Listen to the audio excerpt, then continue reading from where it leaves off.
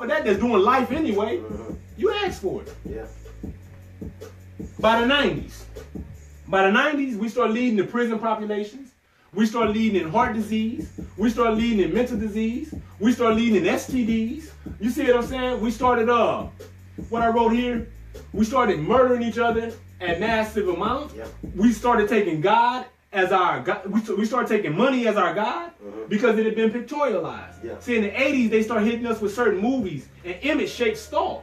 Yeah. So once they hit us with Scarface, and then followed that up with New Jack City, then followed that with Boys in the Hood and Menace to Society, we became gang-banging, money searching for killers. Yeah. You see what I'm saying? Because we had been taught. Yeah. When they showed Colors, the Crips and Bloods, it went from an organization that was in California, it spread throughout the whole country just off one movie. Yep. Yeah. You see what I'm saying? They psychologically seducing us. Yeah. Yeah. Off of what we seeing on this dummy box, this one-eyed devil. Yeah. But the scriptures say that it would come a day where we would let Satan into our homes. Half the stuff, and I'm being modest. Yeah. Most of the stuff coming through here, Yeah. you see what I'm saying, is devilment. Yeah. You know, by the 2000s, we became the face of burglary. We became the face of theft. We became the face of rape. Look at what's going on. You see what I'm saying? We became the face of every indecency that you could think of. Homosexuality, they make us the face of it. So if it's a show that got a homosexual on it, why it always got to be us? Yeah. There's more European males that's homosexuals in America than us. But how come every time you need one to pictorialize, you use one of us? Yeah. On TV. On TV. Yeah. Because it makes you think that this is a norm. They paint it, this is what y'all do. This is what you do. You, black men, Wow. I will allow you to make strides and progress inside of this country if you put on this dress. If you act like you want a dress. You see what I'm saying? I got room for progress for the black male that's a homosexual inside of the United States. Yeah. So when you're dealing with children and their minds are so impressionable and they seeing this on television, now they weighing the odds like, and they seeing transgender bathrooms at their school, now you toying with their minds, man. You see, you luring them to Lucifer. Yeah. These people know the wicked that's ruling this country. They know that they got a date with the devil. They going to see their daddy, and they trying to get you to go with them. They trying to have a family reunion, and you were invited. Wow. And God is angry. Yeah. He gonna let you go. God made hell for a reason. You thought he was joking? Yeah. When God made hell, did we think he was joking? Nah. Ain't no joke about that. He's not joking. And now, you bring it on up to now, in these modern 2000s, you know, the later part of the 2000s. Look at us. Look at how we are being pictured. Look at how the rest of the world may look at us. Yeah. As a collective whole. I don't care nothing about black exceptionalism, where they'll show a few that made it. They'll show you the LeBron. They'll show you the Michael Jordan. They'll show you the Oprah Winfrey. Man, you can put all those black, so-called black millionaires in red shirts and sit them in the center of the rest of the population of our people in America, because it's about 45 million of us. You sit all the black millionaires in the center like a bullseye in red shirts and make the rest of us wear black shirts, you wouldn't even be able to see that red dot from the sky. That's how marginalized. Yeah. But they use black exceptionalism to give you a false hope that you can make it Yeah. to whatever you want. No, you can't. Yeah. Because it all depends on what kind of cards you was dealt. Some people got to overcome 100 odds. Some people got to overcome 1,000 odds. Yeah. It's all on what kind of cards you was dealt. Yeah. These children Yeah. may grow up without a father in the house and their mom addicted to something. These children who their uncle is molesting them at a young age, etc. We deal with a lot of dilemmas. Yeah. In order for us to make it, praise God. In order for us to make it, praise God. And then your timing got to be better than your talent. Oprah ain't nothing exceptionally special. Her timing was. Yeah. Her timing was. So you got just as many sisters that's in communications today like she was. Why ain't they soaring to the top? Yeah. Yeah. Why ain't they billionaires? Her timing. Yeah. Because she became one of the first Asiatic female women during a certain time period.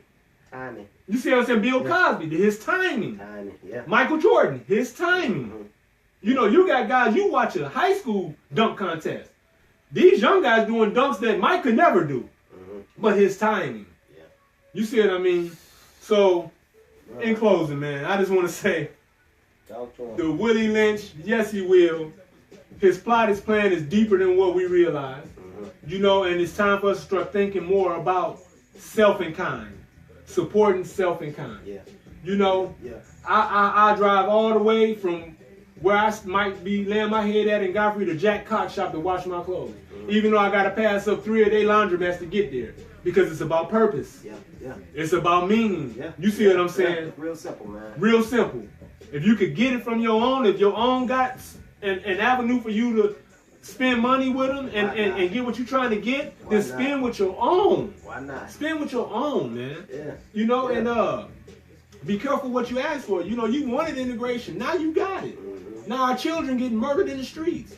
Not guilty. Yeah. Yeah. Now our daughters are influenced into wearing less than modest clothing as a social norm. You asked for it. Yeah.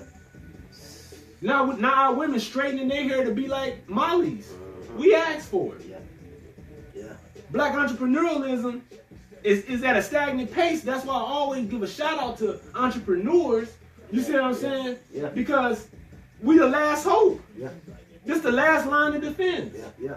Yeah. Before total acquiescence. Yeah. You see what I mean? Yeah. And so we have to understand, man, that they are playing for keeps.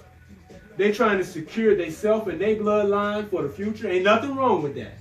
We supposed to be doing the same thing. And realize this, I like what you said, we can make that red dot much bigger than what it should be if we come together. That's all it takes is unity. Yeah.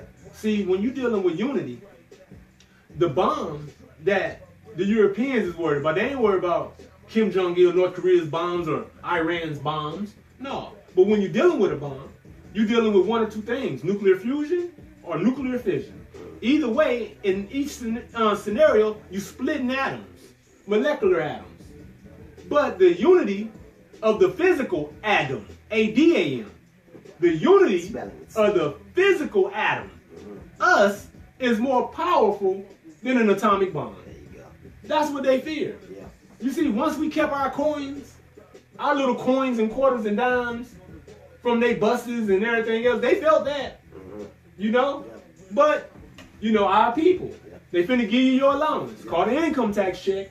How much of it you already psychologically got spent back with them right now? Yeah. I mean, I'm just asking a question. Yeah. How much do you psychologically already got spent of it before you even got it? And guess what? They finna hit you with a 1-2 punch. They're gonna hit you with Valentine, well, not Valentine, they're gonna hit you with Easter. Yep. You see what I'm saying? Then they're gonna hit you with the 4th of July. Yep. If Easter don't drain you, by the 4th of July, you won't have none of your income tax check no more. Because it's just an allowance. Yeah. Yeah. You know, and so Yeah.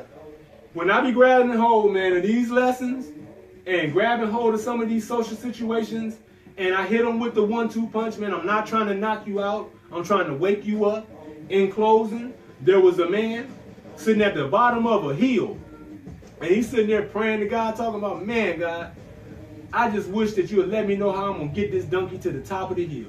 I wish that I could just get my donkey to the top of that hill.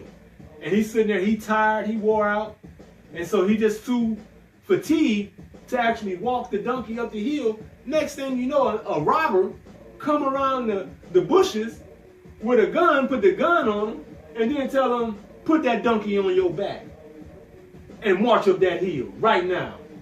You see what I'm saying? And so he ended up having to put the donkey on his very back. You see what I'm saying? And walk up the hill. So be careful what you ask for. You might get it. You know, you want this system. This is what you want for you and your children. You think they're going to get a fair shot out here in this system? Then keep on casting ballots, and they're going to turn you into a hope fiend. You see what I'm saying? That's what they're going to turn you into, a hope fiend. Yeah. You know, and so we thank y'all for tuning in. Willie Lynch Part 2. Part 2. Got something very special coming up too, man. Okay. Thursday, I'm going to have a sit down. I'm going to interview a young lady about problems that plague black couples. Okay. And we're not going to cover every problem that plague black couples, but we're going to cover some of the ones that we think are very important. You know, well, I know she is because she already sent me, you know, her itinerary, what she's going to talk about. Okay. And I asked y'all to tune in. We're gonna go Thursday. We agreed on 8 o'clock, and it'll be we'll have it at a different venue, but it'll definitely be interesting. subject matter. Yeah. You know, we wanted to get Precious Lee, but I think she went out of town, right? Okay. Yeah. She went out of town, and so we're gonna go with Bianca Jackson, Okay. who was referred to us. And if they both make it back in time, both of them. Oh yeah, but if they both make it back, I'm gonna need some more firepower from the men. You see what I'm saying? Yeah. I mean, to just discuss, we got to keep both perspectives out there. Yeah. You see what I'm saying? Because women it's three sides to every story. Mm-hmm. It's her story, it's his story, and then it's the truth.